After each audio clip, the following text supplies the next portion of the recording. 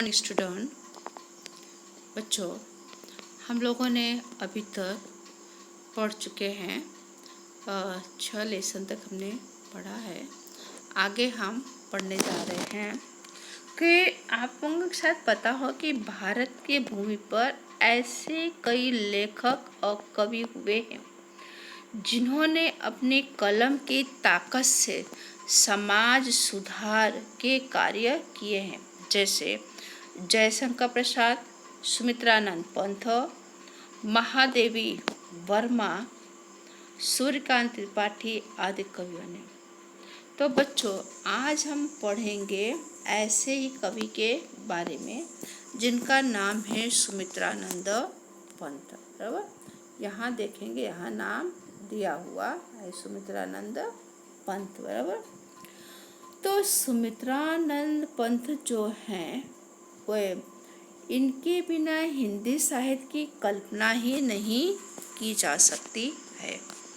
तो सुमित्रानंद पंत प्रकृति के सुकुमार, बराबर यहाँ पर दिया है कि प्रकृति के सुकुमार, बराबर कि प्रकृति क्यों कहा, क्योंकि उनका बचपन क्या गांव में बीता है, बराबर, जिससे गांव के वातावरण से काफ़ी वो क्या है वाकिफ है, काफ़ी वो परिचित है सुमित्रानंद पंत। बराबर, तो उनका जन्म यहाँ बताया है उत्तराखंड।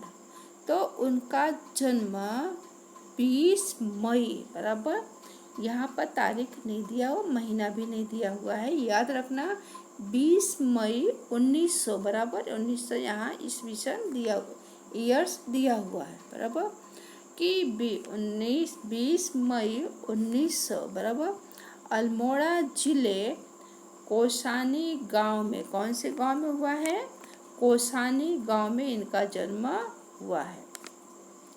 उनकी आरंभिक शिक्षा, आरंभिक यानी शुरुआत की पढ़ाई कहाँ पर हुई है, कोसानी अल्मोड़ा में हुआ है। और मैट्रिक की पढ़ाई, मैट्रिक यानी 11-12, बराबर 11-12 की पढ़ाई कहाँ करने गए वो, तो 11-12 की पढ़ाई करने के लिए वो आगे, बराबर कहाँ गए, यहाँ पर देखेंगे बनारस गए, उसके बाद उन्होंने प्रयाग गए वहाँ पर अपनी पढ़ाई पूरी करने के लिए। और उसके बाद यहाँ देखते हैं कि जब पढ़ाई कर रहे थे उसी बीच में, बराबर 1921 में क्या हुआ, गांधी जी असहयोग आंदोलन, बराबर शुरू कर दिया कि देश की आज़ादी के लिए 1921 में गांधी जी ने आंदोलन शुरू कर दिया। तो उसी बीच दौरान ने सुमित्रानंद पंत ने क्या किया कि अपनी पढ़ाई उन्होंने छोड़ दी, पढ़ाई छोड़ करके गांधी जी के साथ आंदोलन में वो जुड़ गए। उसके बाद यहाँ पे देखें 1943-44, बराबर ईस्वी में, ईस्वी नाम किसने दिया है, ये अंग्रेजों ने दिया, जबकि हम लोगों को क्या होता है विक्रम संवत हम लोग बोलते हैं। उदय शंकर के नेतृत्व केंद्र से सालका पुरुष, प्रकृति सौंदर्य के अनुपम चित्रकार, काव्य भाषा के समर्थक, शिल्पी, पौराणिक विचारक, कवि को इनके कला और बूढ़ा चांद पर, बराबर इनकी जो रचना है बराबर कौन सी है, कला और बूढ़ा चांद यहाँ पर देखेंगे दिया हुआ है, बराबर तो इस पर उनको क्या मिला है, इसके ऊपर उनको कला और बूढ़ा चांद पर साहित्य अकादमी, बराबर लोकायतन, सोवियत भूमि, नेहरू पारितोषिक से इनको सम्मानित किया गया। फिर चिदम्बरा जो इनकी जो रचना है, इन्हें ज्ञानपीठ पुरस्कार से इन्हें सम्मान दिया गया, बराबर। तो बच्चों ये याद रखना कि इनको कौन कौन से सम्मान मिले हैं।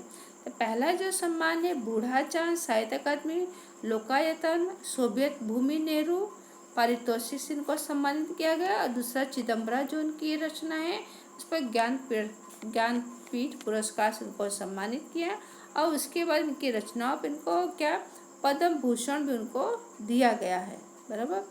और जो उनकी रचनाएं हैं, बराबर काव्य जो है यहाँ पर दिया हुआ है सुमित्रानंद पंत के कि वीणा है, ग्रंथ, पल्लव, गुंजन, युगान, फिर युगवाणी, मधुज्वाल, ग्राम्या, युग पंथ, कला और बूढ़ा चौथ आदि इनकी क्या है, इस काव्य रचना है। इसके बाद उन्होंने क्या नाटक भी लिखे थे, बराबर। तो बच्चों हम थोड़ा सा भी इनके विस्तार से इनके बारे में देखने चाहें तो ये सब हमने इनकी रचनाओं के बारे में देखा। लेकिन जो सुमित्रानंद पंत हैं, इनके पिता का नाम है गंगादत्त और माता का नाम है सरस्वती, बराबर। पंत जी के अचानक इनकी माता का निधन हो जाता है और इनका पालन पोषण इनके दादी इनकी करती हैं। पंत 7 भाई बहनों में से सबसे छोटे थे।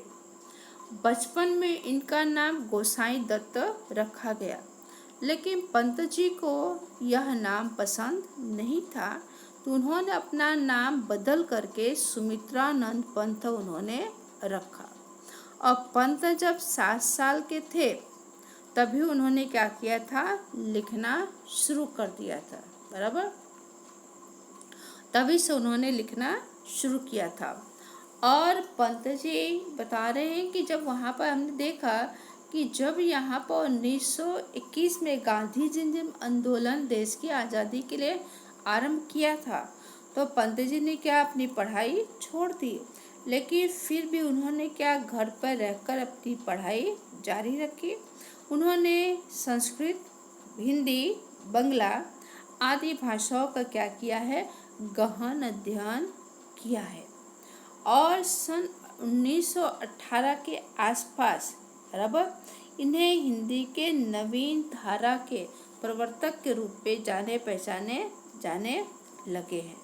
तो बच्चों इतना आप लोग याद रखना कि इनको कौन कौन से पुरस्कार मिले वो, और उसके बाद किनके कौन कौन सी काव्य रचनाएं हैं, बराबर। इतना ध्यान रखना बहुत जरूरी है। तो बच्चों और आपको शायद पता हो कि यहाँ बताया कि वो अपने समय के दार्शनिक और विचारक, मानवतावादी यानी कि हर एक मनुष्य के प्रति समान भाव देना, और जो समाज में हो रहे हैं जुल्म अत्याचार, वो सब उन्हीं की रचनाओं में हमें देखने को मिलता है। तो सुमित्रानंद पंत एक महान कवि के स्वरूप में उभर कर हमारे सामने आए, और इनकी जो रचना है पल्लव में 32 जितनी कविताओं का संग्रह किया गया है, बराबर। कौन सी रचना है, पल्लव। यहाँ पर हम देखेंगे, हमने देखा भी था कि इनकी जो रचना यहाँ पर है ये रहा पल्लव, बराबर। कि पल्लव में कितनी कविताएं हैं, 32 कविताएं संग्रह की गई है। और 1918 से 1924 तक जो भी लिखा गया था सब इसी में संग्रह किया गया है। तो बच्चों और फिर हम देखते हैं कि उनकी लगभग उनका जीवन, उनका जो बताया कि उनका बचपन गांव में कौसानी में उनका जन्म हुआ था। तो बचपन का जो उनका घर था, उस घर को सुमित्रानंद पंत ने बीतिका नाम से एक संग्रहालय के रूप में परिवर्तित कर दिया। यानी वहाँ पर पुस्तकों का संग्रह की जितनी भी रचनाएं हैं, उनके जितने भी वस्तु, कपड़े, जो कुछ भी है, पांडुलिपि यानी हाथ से लिखी गई जो रचनाएं हैं, सब वहाँ पर संग्रह किया गया है, बराबर। और उससे क्या कुछ पुस्तकों का भी संग्रह है। और उनके मतलब कि इलाहाबाद शहर में फिर देखेंगे कि 28 दिसंबर 1900 यहाँ पर दिया हुआ है कि 28 दिसंबर 1977 को हिंदी साहित्य को हमेशा के लिए क्या इलाहाबाद संगम नगरी में हमेशा के लिए यह दीपक बुझ गया है। यानी कि हमारे देश में अनेक कवि हुए, लेकिन प्रकृतिवादी कवि सुमित्रानंद पंत जैसे नहीं हुए। तो बच्चों आपने इसे ध्यान से सुना होगा वीडियो, और ये जो कवि और लेखक का जो भी इंट्रोडक्शन आपको भेजती हूँ उसे प्लीज़ आप लोग उसको ध्यान से उसे पढ़िए, क्योंकि आप लोग थोड़ा इंट्रोडक्शन लिखेंगे परीक्षा में, बोर्ड की परीक्षा और स्कूल की परीक्षा में, तो आपके बहुत अच्छे अंक आप प्राप्त कर सकेंगे। तो इस प्रश्न के मैं उत्तर भेजूँगी, उसको आपको अपनी कॉपी में सुंदर अक्षरों में लिखना है और आने वाले समय में आगे काव्य की चर्चा करेंगे। धन्यवाद।